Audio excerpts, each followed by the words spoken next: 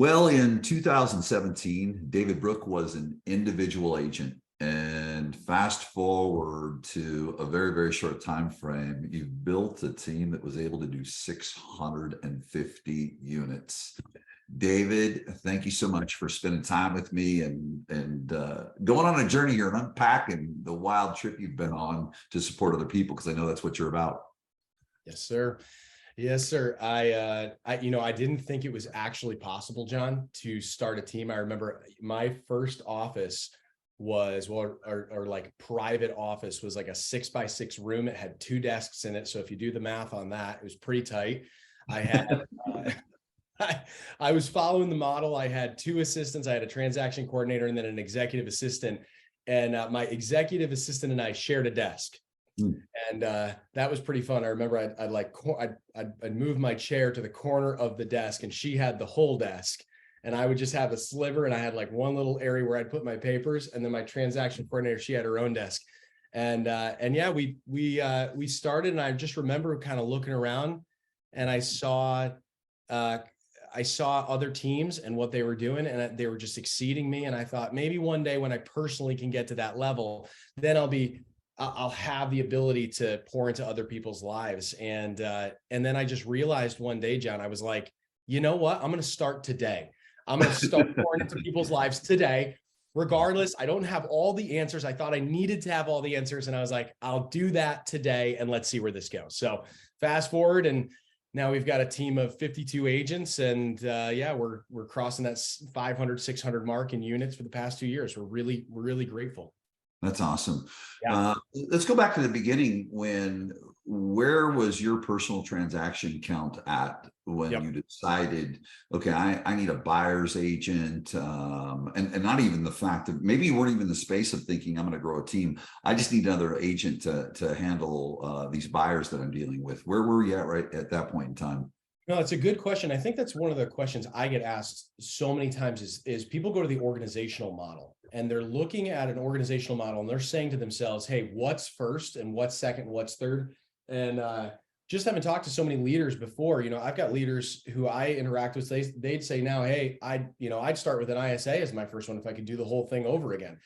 But for myself and, my broken road of how I built the team, I started out with an EA, with an executive assistant, and I was at around 8 million. And that's what I tell people is my reason. And specifically, it's 8 million in volume, because if you do the math on that, you're going to take home roughly around that 200 grand mark. I ask people, how much do you actually live on? They say $100,000, which actually means that they need 130 to take home in order to pay their tax man. And then, you know what, you've got enough to pay someone on salary and have a little bit for your marketing. And so 8 million was when I started with that. Wow. And what was your first hire? Because our mutual friend, Dan, as you kind of referenced, I think his first hire was an ISA. That's right? it. Yeah, he did. I was shocked. Actually, that's a smart one. Yeah. Right. It was the first time I'd ever heard that from anyone. And we'd been around each other for years. What was your first hire? Was it admin? Yeah, it was admin. So I went with the executive assistant, and I was trying to follow the model of saying, like, I need to make sure that this person's salary, I was earning 3 times that amount. So this is like really important that I feel like agents need to grasp. If they're at that 8 million mark, you can do more. You can do more. I know it sounds like a lot. You can do more. And what you need to do is actually, instead of get more transactional help, like more ability to take, some of the purchase contract and email and negotiate, take all that off. It's actually fill with more sales. And so my assistant was focused on doing mailers, reaching out to, places to have events. We were coordinating, items of values, pop buys, everything we could do to get me out in front of more people. And so the first thing that I did that was a massive boon to my business was I had my executive assistant. I wanted to dial into events because I knew that the more connected I could be with people, then that was going to grow exponentially. Because you say this often, John, you need to KFR, keep recruiting. And when you're in sales, you are a recruiter. You're a recruiter of buyers and sellers. That's all you are. And so the idea here is, how often can I continue to recruit buyers and sellers? Not how easy can I make my life? Because if you go down that pathway in your mind, You're going to go infrastructure heavy, and then you're going to say, great, I'm paying this person, but your sales pipeline is going to die. And then you're going to be left in Q4, Q1 with, oh my God, what am I going to do here? I got to fill up my pipeline. I can't keep this person on. And you will continue to struggle between momentum and stability. I don't know if that sounds familiar to any of the people you've coached. You probably coach these guys don't deal with that, but we did deal with this. And so my first thing was an event, and it was called, and take this wrong, I now looking back in respect, I would rename it, because I called it a gentleman's evening. Oh my goodness. Oh, wow. Oh, wow. Now, John, you know my story. Now, I come from the faith-based community. You got to hear this. So I apologize to any listeners that just completely signed off on this one, but I called it a gentleman's evening. And the reason is because, guys would never get together. Men don't get together other than, and people may find this true, maybe find it not, but guys generally don't get together to just like have a good time other than sitting around drinking alcohol and like watching a game. And the interaction that barely happens there is, you're commenting on a common thing that's there, but you actually don't get to know anybody. And this is just a thing that men do. And I was hearing this often, and I thought to myself, what if I could get a bunch of men together in meaningful ways where I provided something special to them, and they walked away saying, I've never been to something like that ever, because everyone's been to a pie event, and everyone's been to a client appreciation event, and everyone's been to all this stuff. So what I did was I hosted an evening for gentlemen where we had poker. We had someone come in who was measuring for suits and jackets and shirts. I had a jazz band come in.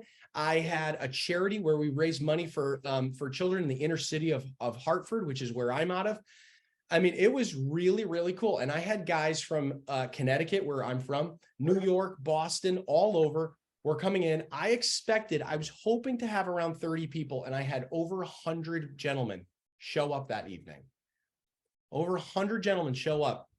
And they had said to me, I expected the evening I had put on there that it was going to go for 2 hours, maybe 3 hours. I think, I can't remember. We'll have to look back. 2 to 3 hours. And we were supposed to just play a game of poker. And I had bought just card tables. By the way, you can buy these card tables online. They're very affordable. And the jazz band played for like, I don't know, it was like $300 or $400. I had my lender sponsor it. I think the whole event cost me like $600, $800 to do.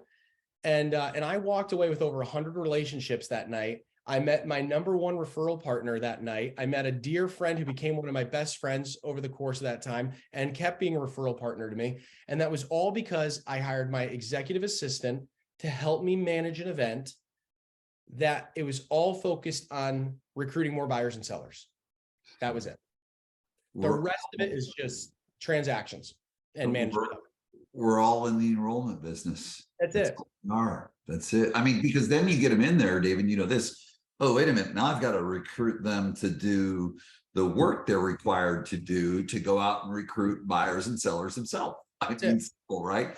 When you started, because you're a guy of high standards and values, and a lot of it depends on, I think it's personal preference. I think it can be what we're exposed to also from input of others, but ultimately we have to make our own choice. When you were building the team, you started to say, okay, I'm gonna start bringing agents on. Did you have that, I'm gonna have the Navy SEALs, I'm gonna have a group of people that sell 40 homes a month, and it's gonna be there's just gonna be a few of us doing a whole bunch of business? Or when you started up, did you come from the space of, listen, I understand there's attrition. I understand that people aren't going to stay with me forever.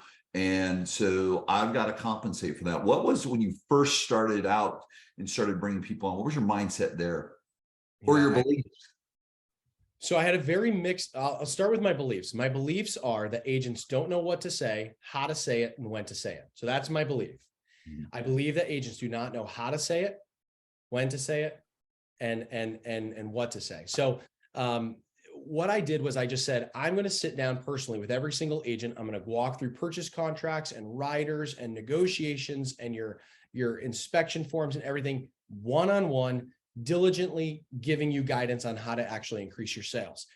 And, I do it differently now, but, and there's a variety of reasons for that. But what I did was I was giving one-on-one personal support, and agents had not seen that before in my market. And so they started just coming to me based upon the attraction and good words of others. They were saying, oh my gosh, David, it's doing this for me. You should take a look at this. And they were inviting one another. And so I had built a team. It started with one, and then it went to three quickly. It went from 3 to 8 very quickly, and then from 8 to 12. And I felt like that was a Navy SEAL sort of operation. But I'm going to be very candid with you, John. I was not running a very profitable model. Okay. And I wasn't I wasn't really good at managing I wasn't really good at managing my finances. And I wasn't really good at managing my time, because what I ended up doing, John, was I have such a heart for people that I ended up wanting to spend all of my time training each and every person individually. And I got very personal with my sales business. And I should almost take the word business out of there, because I wasn't operating it truly as a business. It was more or less an ego club for myself. It was how do I fulfill a lot of the vacancies inside of my soul with the people, and how they appreciate me professionally, and can I be a superhero at work where I don't feel like anything at home. And this, I'm getting real with you, because I think people need to hear the reality of why people start real estate teams. It is not always because I want to make a 7th level business that I don't have, because you would run your business totally different. You would never question splits. You would say, everyone's 50-50. That's the bottom line. We're running it like a business. Keep going. Attrition if we have it. I'm running a business. But we don't, John, because we have vacancies inside of our hearts, and we want other people to like us. And so we spend lots of time with them and help to see the success. You talk about this Navy SEAL team. I would almost encourage you to rename that sometimes, because that's what agents tell you it is. But what it is I want to recreate a family. I want to recreate someone. I want to recreate a family of people who like me. And I'm the patriarch. I'm the matriarch.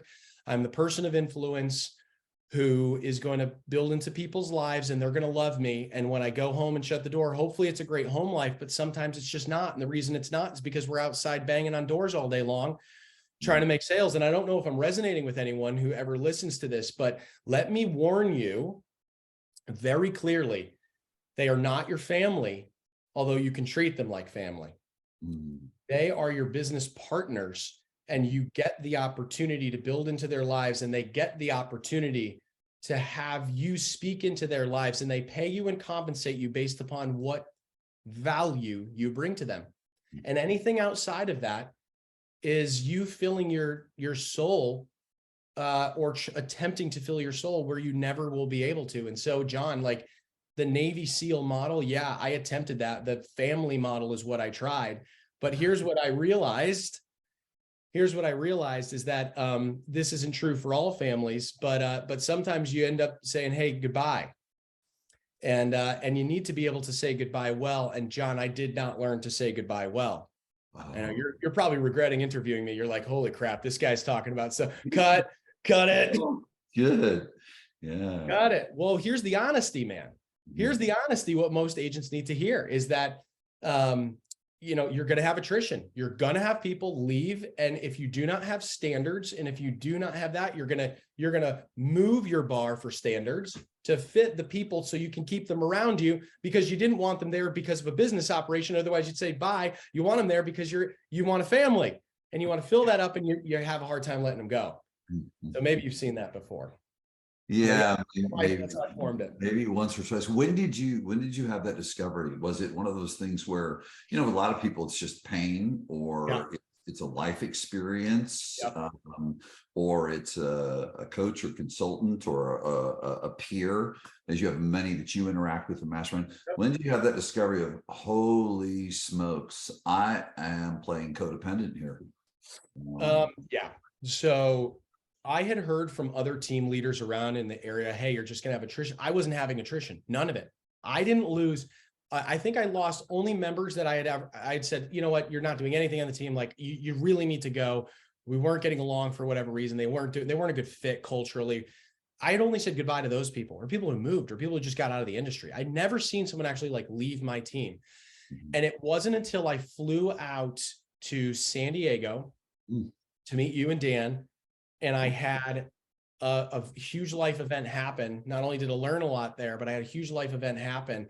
And I went home and man, I started going through some really challenging times in my family and in the business and everything else. And we started having people leave. And it wasn't until I had talked with you a little bit about some of just walking through the process of maturity. And The Heart of the Soul was a book that you had given me. And The Shadow Effect was another book that you had given me. And wow, I mean, I would say in 2020 and 2021, it was a massive year for maturity of just understanding that this is how you run a business. And John, I don't think I understood profitability until I really dug in there, and I'm so grateful for it. So you talk about pain. I mean, John, everyone's going to pay for their education. Everyone's going to. They're going to pay for it either upfront and learning it book style and just doing the hard work of growing. And they're going to take their growth of their spirit and their soul and their heart. They're going to take it in a preventative way and do that good work of being there to grow out of it so that they can make accurate business decisions. Or they're going to learn, and this is okay, in the earth school of just learning the hard way. And John, you're talking to a guy who seems to learn everything the hard way. I get that one. I want to point out and really illuminate something that you said, and I hope people really capture this. David was talking about a time where he didn't really understand profitability and didn't operate that way. And then when he chose to go deeper inside himself and say, oh, wait a minute, how about if I learn more about human behavior? Yeah. Take a look at myself and understand human beings. Interesting to note, you guys, the profitability showed up. And a real quick thing I just want to share with you all, that's the difference between the science and the art. We are so tilted in the science of the business. The art is the human behavior part of it, and the people move the money ultimately. But if you can't move people, namely yourself, it doesn't move. So that's really, really good. I love it. Yeah, we started digging in, I think you and I, and just, I have no problem attracting talent. No problem. My skill sets are just immediate action. I take action all the time and I lead by emulation. You want to see how to do it next fire? Great. Let's hop on phones right now. Let's do it. Let's absolutely go with that.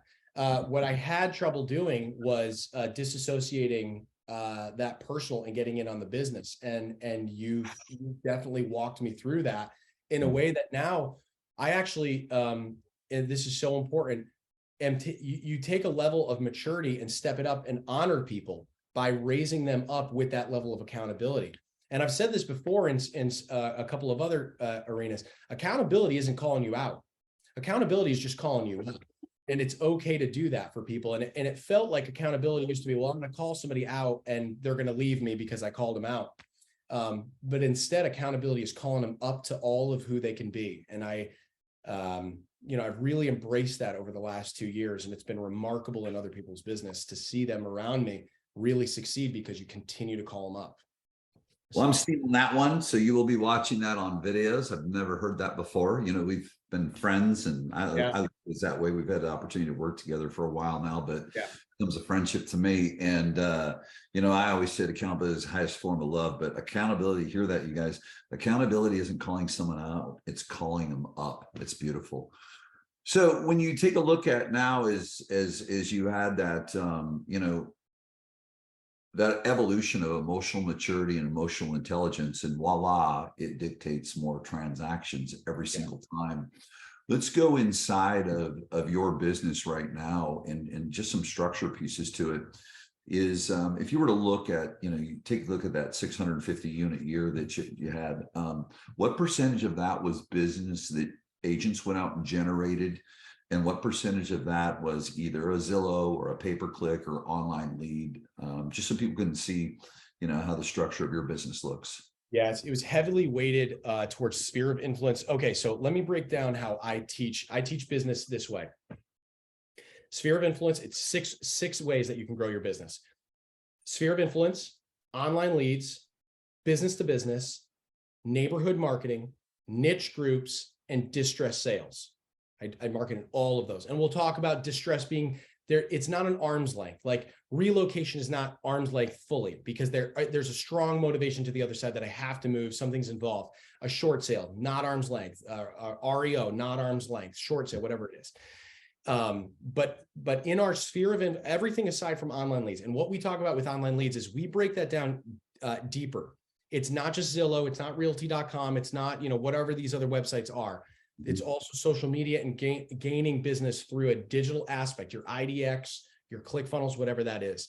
So our business was heavily weighted to sphere of influence, neighborhood marketing, business to business. That's where the majority come from. We had about 130 something sales come from Zillow, which is no small number there. So people are definitely reaching out.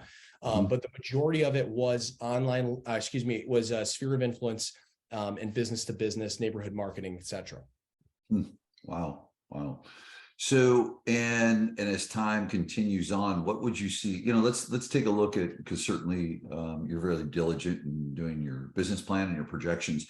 2023, what do you see that ratio being in 2023? 70% agents going out there and doing the traditional good old thing called work. Not that they're not working when they're, they've got a Zillow lead or a PPC lead. What do you think the ratios of that can be? Stuff generated by you and opportunities provided by you versus what they're going out and generating on their own. Let me be really clear, John. 2020 and 2021, it was like going outside and like just the deals would hit you on the street. I would tell an agent if they were not productive in 2020 and 2021, are you good at dodging raindrops? And they would look at me like, what are you talking about? I said, are you good at dodging raindrops? And they were like, no. And I was like, well, you seem to be doing a real good job of it because it's raining sales out there and you ain't wet. And they're like, oh my gosh, like what's going on? I'm like, man, you got to get out there and do the work. Now, this time around, it's not that way. My guys right now, John, the phone has stopped, just stopped ringing. I have an ISA department sitting there waiting for the phone to ring from Zillow and all the other websites. They're deep in the database right now. They're going through 55,000 people in our database and just calling day in and day out. We're using AI programs in the background to nurture. I mean, we are doing everything because this is what we know. It's not about getting new stuff right now. It's just about being diligent with what you have. And that's a biblical principle. It's like, I don't need to go, let me just be a good steward of what I was already given. And so that's where we're going right there. And then here's the great thing.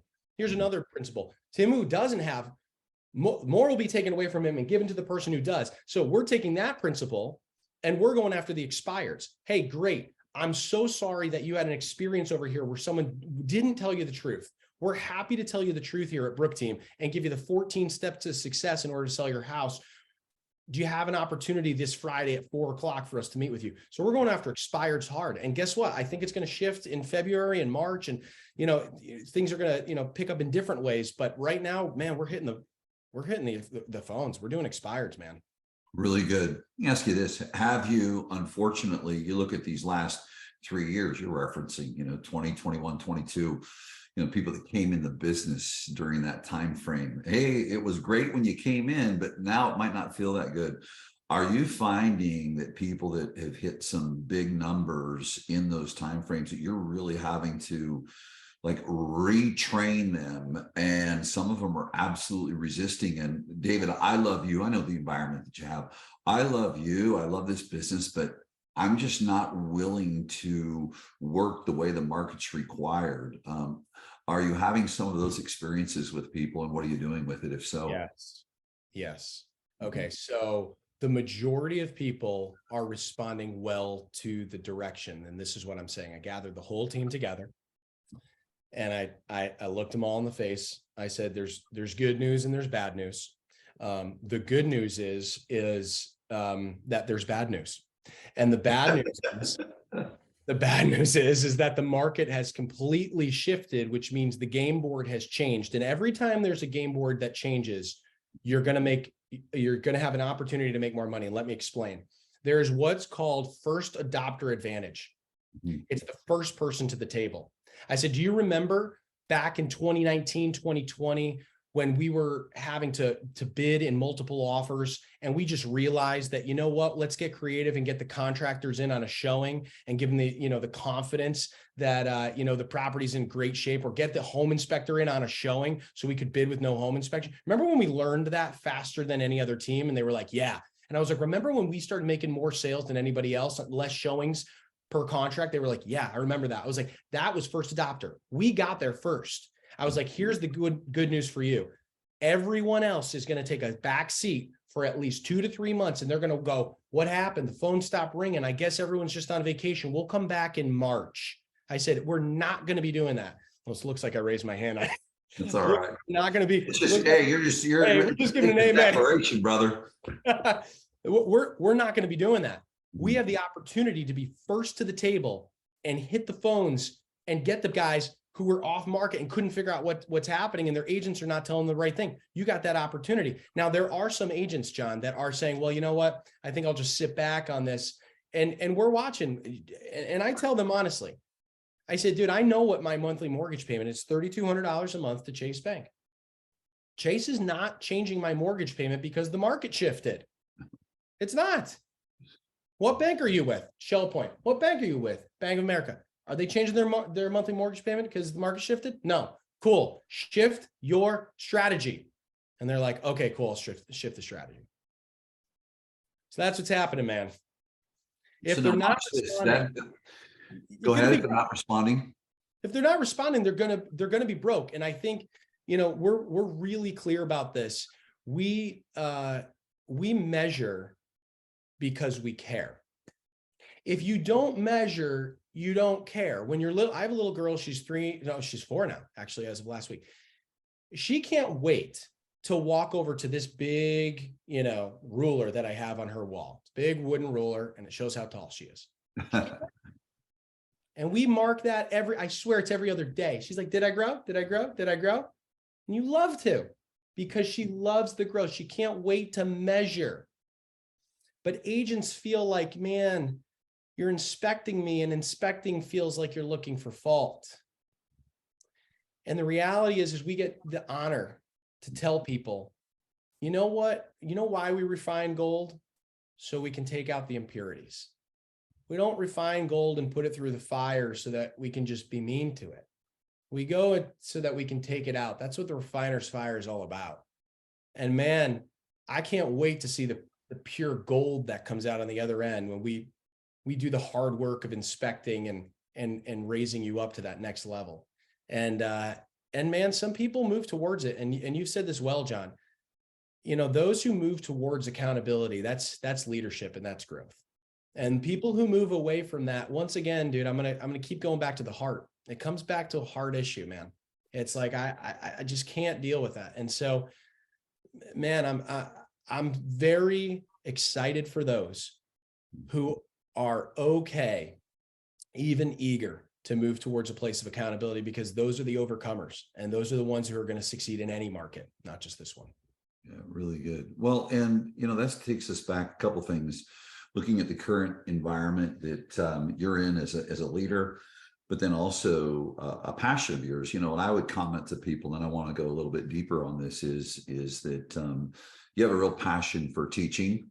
One of the things that I've seen you demonstrate, and you've mentioned here too, is really his contribution. I mean, you look at that. Sure, you were doing the gentlemen's events, and certainly to build a sphere of influence and build business, but it was a space of contributing to people's lives. With that said, because one of the things that you also do along with running this highly productive team is a passion for teaching and coaching, and certainly want to expand that. And this isn't one of those, well, all of a sudden I'm going to let my team go to hell in a handbasket. This is a passion of yours. I think the thing I want to point out to everyone is that, you know, many of the people that I'm talking to, they're having it's a nightmare getting people to change behavior right now. There's a lot of attrition. Hey, I love it. I sold a bunch of real estate. I don't want to do this work required. You stayed in a training skill-based environment. And it's not just a bunch of people that are, what are you doing for me next? What are you doing? What are you going to give me next? They have to go out and get it. When was it that you really truly decided, outside of contribution, I think that's in your heart. I know it's in your heart, but when did you really move in and say, you know what, teaching is what it's about. Now I'm really passionate about it. Um, Whoa, it's working, and now I want to even expand that to actually coach people and speak and do that type of stuff. Take a look at it in your business, what that discovery was, and then, you know, many people say, I'm just going to do it in my business, but now you're looking at, hey, listen, I'm out here, you're speaking at the same event as me coming up in March. Talk about that journey into the training, the contributing, the speaking, the coaching, and then also how it's insulated your business in this changing Yeah. So one of the things that I find myself continually reaffirming to myself is I believe the man that I am in the future is also the man I am today, and the freedom that I enjoy in the future, I can enjoy here in the present moment. And that means that the lessons that I've learned, I get to share with a lot of people. And so I've realized, obviously, I'm part of the same organization as your friend Dan. We're part of a movement called the Fast Forward Movement at EXP, and there's a lot of contribution that happens there. And so, to give an example, on a Monday, we'll meet for a mastermind, and there'll be 700 people on a Zoom, and they'll say, "Hey, I got a question about this," and you know what I've realized, John, is that I failed a lot, and so I'm happy to tell people where I failed, to just avoid it. Like, don't go through the same thing that I did. And I've also, had a couple of successes, and I'm happy to show you what works in my business or what, we did. And so I find myself raising my hand and being like, I honestly care about other agents and making sure that they don't make the same mistakes and go through the same expensive ones that I did, and that they can take advantage in the profitability that we've enjoyed. And so I find myself raising my hand more often than not. And then I was like, you know what? We've got some good stuff to share. And so it's actually been because of the culture that movement has created, that's allowed me to really just find that within myself, the teacher within myself, the contributor within myself, whatever. That's allowed me to just really, allow that to come out. And now we're taking it from just what we're doing on the team, and we're saying, well, how do we apply that to other markets in Massachusetts and Rhode Island? And now we've got a team in Florida, and, how do we do that nationwide? And then I start to realize, there's agents everywhere, whether they're a part of my organization or not, that need guidance and help on what to say, how to say it, and when to say it. And so I put together a group called Real Estate Health and Wealth, and we just give away free stuff all the time to agents so they can do that. And we certainly, I certainly coach agents that want to, get private one-on-one coaching with me. That's great. But yeah, it's just been out of that heart to give and make sure that people don't take the same mistakes that I do. And maybe some of the stuff that I've done okay with, I can show them how to do that as well. So hopefully that answers your question. Really good. And let me ask you this, going a step further, how has that space of contribution, being recognized as the educator, the informer, that building your authority in the space of certainly transparency? I mean, authority is built in transparency. Yes. How critical has that been to the recruiting for your local organization? Yeah. So there's certainly the idea of a magnet, and there's the idea of the funnel. The funnel has to do with people being getting people through a readiness towards an eventual actionable moment. So that would be, I'm not really looking to get into real estate, but then they see what we do, and then they're excited about it. And then it's, let me educate you how to get your license. And then you're going through, and eventually you're the person that people are paying it. That's a funnel process. And you're leading them to an eventual choice. There's also the magnetism process, and the magnetism comes from that authority that you're talking about. And I think what really needs to happen, if you want to embrace that, get to that level of authority, is what you're saying. You have to be transparent. You have to be willing to walk out onto the dance floor where nobody is and be like, here's all of the good and here's all of the bad, but what you'll get from me is always the truth. And I think when we've done that, it's been the biggest differentiator to be transparent in an industry completely filled with wrapping paper. I like it. That's really, That makes really, sense. yeah, really good. So we're sitting here at the recording of this in, gosh, we're January 6th, 2023. Yeah. And you look at the growth of your business, you look at the growth of your network, and then you look at the growth of your coaching and training and teaching, and always with that foundation of contribution. Um, Share with other folks that are in your range, the 500, 600 transaction. How many people are you going to recruit in 2023? Yeah, I wrote a commitment. I wrote a commitment down on a piece of paper, and I keep it in my wallet. And I'm going to attract 100 agents to our organization in 2023. It's really, really good. It sounds audacious. It sounds ridiculous, but I'm confident. John, there's 1.56 million agents in the country. It's 1.56 million. Are there 100 that would be attracted to transparency and honesty and contribution and avoiding some big pitfalls? You better believe it. That's a very, very small number in relativity to the volume and supply out there. I mean, don't you think? If I told you 20,000 in respect to 1.56, you'd be like, yeah, that's not a big number at all. No. But the reality is that we as leaders, we get so like, oh my gosh, attract 20. Why? Because it's relative to what you have in your hand. Remember when we were kids and we were like, at least when I was a kid, I was like, I have $8. I felt like the richest person in the world. If someone gave you another $3, you were like, oh my gosh, I feel like I'm crazy rich now. The reality is, though, is as time changes, you have more in your hand, things become more relative. And that's the idea. That's why I'm talking about who I am in the future. Who I am in the future is I'm going to speak to tens of thousands of people. So I'm not worried this year about recruiting 100. So that's why I'm embracing that today and going 100 is actually not a big number. There's 1.56 million realtors. Yeah. Am I insane, John? Well, you're not, because as you're telling me that, your peers that you happen to be in a group with of folks that I work with there's a big group of y'all in that 500 to 750 transaction range. A lot land right in there, and 100 is the number.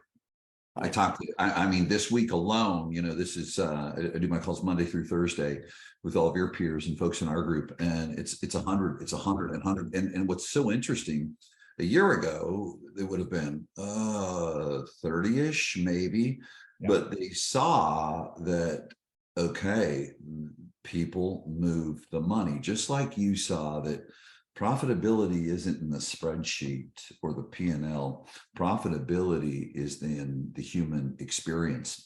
So really good. You're bang on. It's what has to happen. And I know that you're going to do that. So that's, an overarching communication. I think that certainly sharing where you're going, but hopefully leaders get that and go, oh, okay, that's real. It's real, ladies and gentlemen. Now you're talking to an agent, and it could be, David, it could be an agent on a team that's doing 30 transactions. It could be an agent on a team that's doing 40, 50, 60. We've seen those. We won't talk about Brian because Brian doesn't even count over there at Dan's place, or the individual agent that's out there that does 25, 30, 40 transactions. Because the bottom line is, whether you're getting leads or whether you're going for leads or whether you've got a list of names or you don't have a list of names, what would you say to the agent of 2023? And I'm talking about, I don't care when you came in, if you're coming, what would you say to them that their interaction with the consumer needs to look like?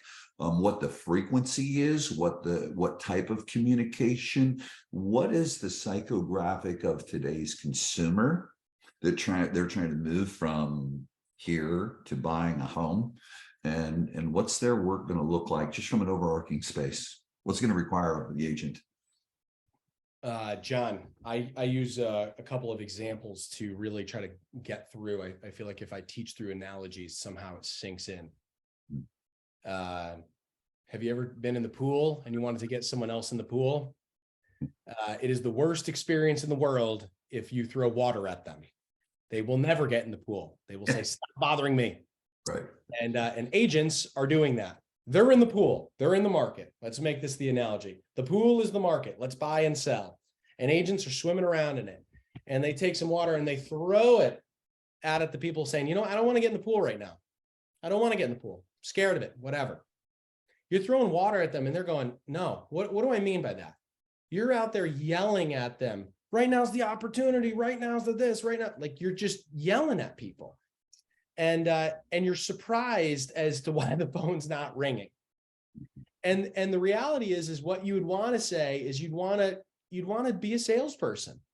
And the salesperson knows I don't need to close you instantly. I'm going to educate you and bring you closer and closer and closer. So it's something like, hey, why don't you come over here? Let's have a conversation. You didn't ask them to get in the pool. You swim over to the edge of the pool. They come over. Okay, fine. We're having a conversation. Great, great, great, great, great. Hey, come on. Put your toes in the water. And they put their toes in the water. And eventually they're standing and walking around. And this is how this works. It's a constant education. But the reality is that so many agents, and understandably, we all have to pay our mortgages. Chase is looking for their payment of $3,200. If I don't get those people in the pool, I'm going from a place like I don't have the money. I got to get them. So you're responding by trying to get people and grab them into the pool, and you're getting frustrated by it. But the reality is, it's going to be tough for a little bit. It's almost like, you know, people are playing a great song on the dance floor at a wedding, and then all of a sudden some other song comes out, some White Snake or something like that, and everyone leaves the dance. I can't dance to this.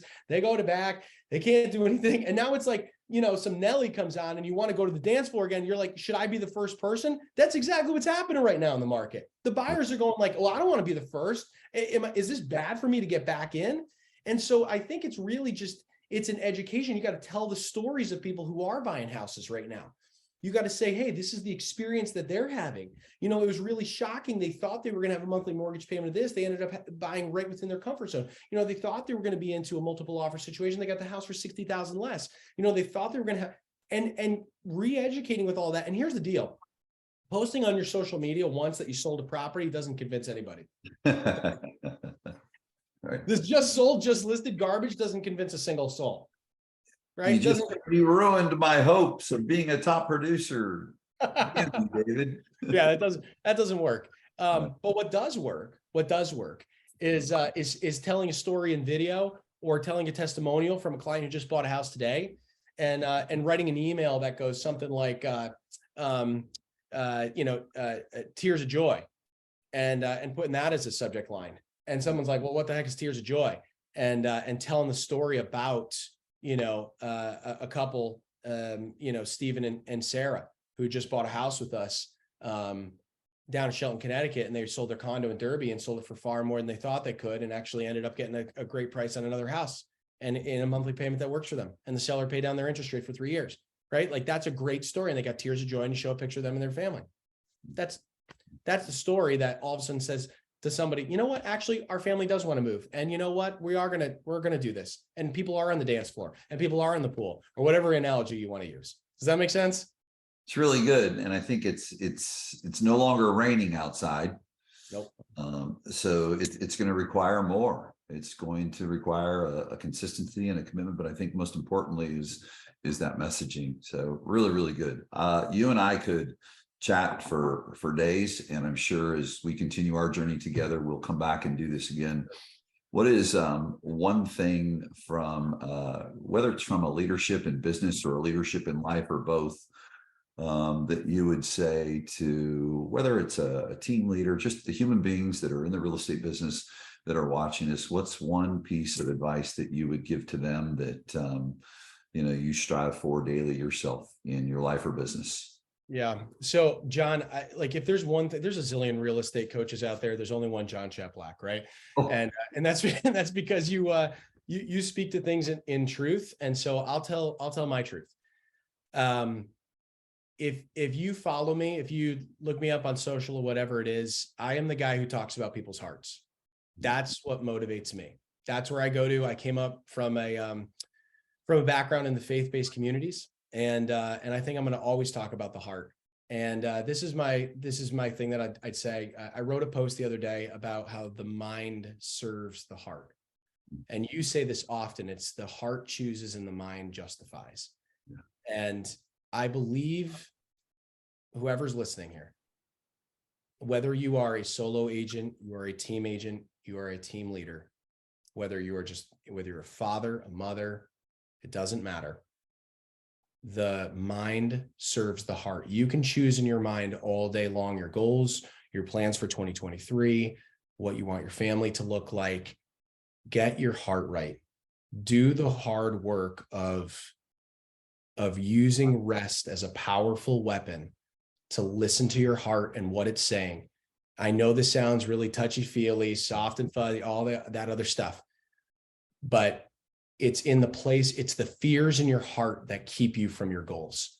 The fear of failure, the fear of not being enough, the fear of rejection. All of those things keep you from picking up the phone, from having the crucial conversation with your team member, from having that crucial conversation with your spouse, from having the crucial conversation with yourself about where you really are and where you want to take yourself and the things that are really, truly holding you back.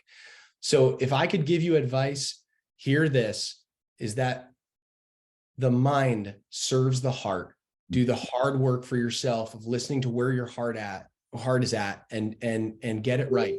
Because in that, then there's nothing that's impossible. Freedom can be yours, and you can be unstoppable if you get that right. That's beautiful. On that note, David, real quickly, where's the best place for people to reach out to you, whether it's about your team or coaching, training that you put out there? Where are some of the places they can find yours or one? Yeah, it's a subdomain underneath John Cheplak or Cheplak Live. I'm like underneath.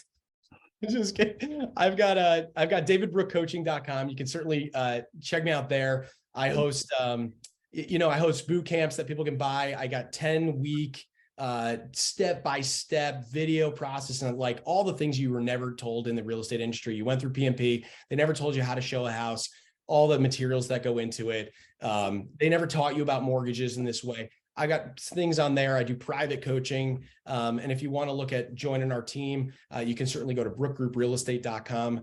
Would love to connect with you guys there. Brother, thank you. I appreciate you. I'm honored, John. Thank you so much for letting me join you. Thanks, man.